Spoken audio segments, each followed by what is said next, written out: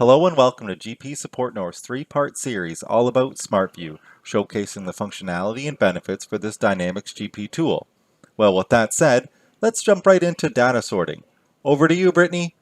There's some things in here as well I also like to have is inside the Find panel. When you use the Find panel, it's like having a filter on every column. I can actually search anywhere inside of here. Let's say anything that says life insurance, find it. It is going to search within every single column that I have in here for anything that has life insurance. So you'll see it's almost like that wildcard search that we can have in there. I love those Find panel, especially when we're searching those transactions inside of a reconciliation and we go, I know that I have a transaction that did this. I can't find it. I don't know what it's about.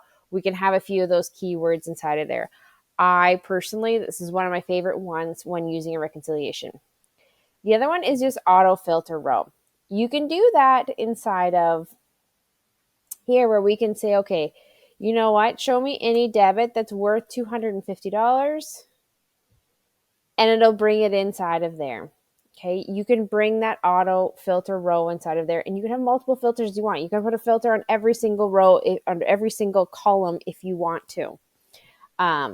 You can have all that information inside there. I love filtering. It's fantastic. While you're filtering though, sometimes it's nice to see some group buys here. I'm just going to clear my filters here. So you might say, that's great. I have all this data, but you know what? I need you to show me by each account number. Smartview does an excellent job of grouping, which this is more so of a feature I would have done in Excel with a pivot table. We can do that inside of here. I can say, you know what? Group by my account number.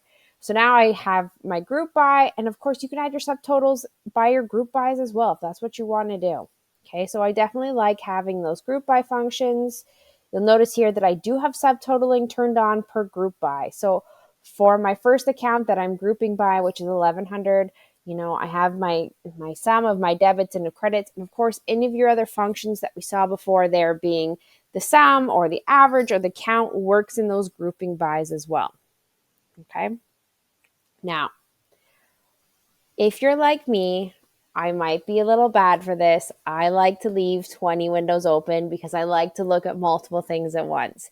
This is probably my most favorite one, and my bad habit is you can have multiple instances of Smartview open.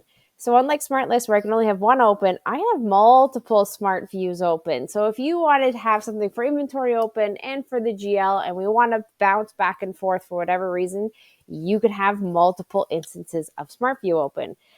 Now, for those of you who might say we don't have multiple windows open, that's not how we run. You can have only one of Smartview open. I like to have multiple. It is my bad habit and feature rolled into one. The multiple instances I find are extremely handy, especially when you're trying to look at that multi-dimensional information, for sales or for inventory or for purchasing, or maybe mixing those all together. Okay. Now that we have multiple instances open, let's use our second instance. So you can also do, you can have your drags and drops of any of the columns you see here. This is just super plain and easy. I like to have the drag and drops there. Of course, you don't have to add or find them like you did before. And to take them off, you simply just pull them off here. Now, I hope you enjoyed me on my favorite features of Smartview. Well, thanks, Brittany. What a great overview on data sorting.